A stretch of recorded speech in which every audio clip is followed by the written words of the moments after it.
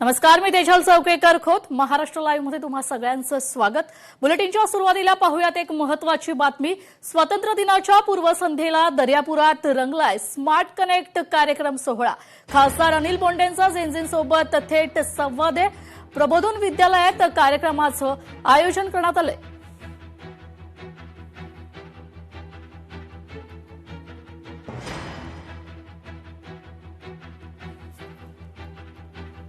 पहिले तुमच्याजवळ एवढं मोठं भांडार आहे, चॅट जीपीटी वापरा, एआय मध्ये जा. आपण पाठीमागे नाही राहायचंय.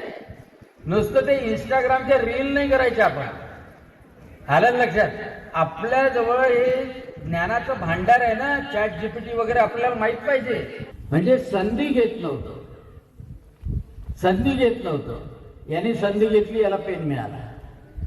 आणि पेन मोदीजींचं चित्र आहे ना, मोदीजींचं चित्र आहे ना, मोदीजींचं चित्र असलेला पेन मिळाला.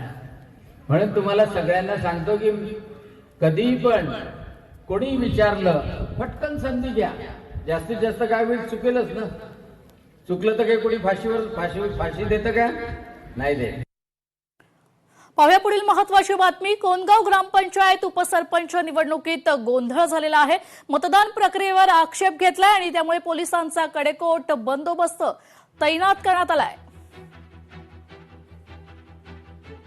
आमचा शिवचरोबा सामाजिक संस्था हा एक पॅनल आहे. याच्यामध्ये आमचे 9 सदस्य आहे.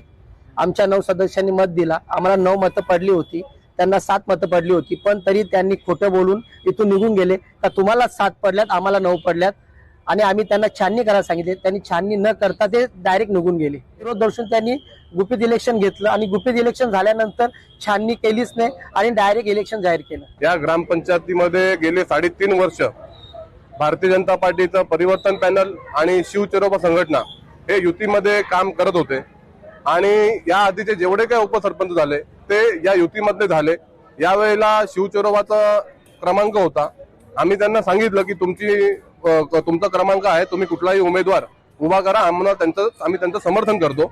परंतु त्यांनी कुठलाही रिप्लाय दिला नाही आणि शेवटच्या क्षणाला सांगितलं की आमचं आम्ही बघून घेऊ. तर भारतीय जनता पार्टी ही कुठे थांबणारी किंवा झुकणारी पार्टी नाही.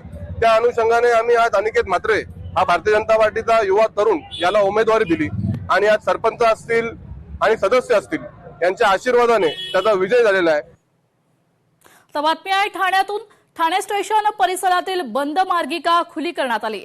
मार्गिका खुली झाल्यानं रिक्षाची वाहतूक मोकळी झाली आहे. आमदार संजय केळकरांच्या दौऱ्यानंतर मार्गिका खुली करण्याचा निर्णय घेण्यात आला.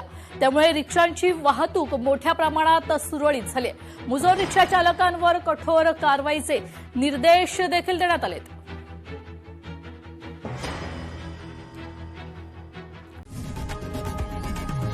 लोकशाही मराठी ऐका, पहा, जागरूक रहा.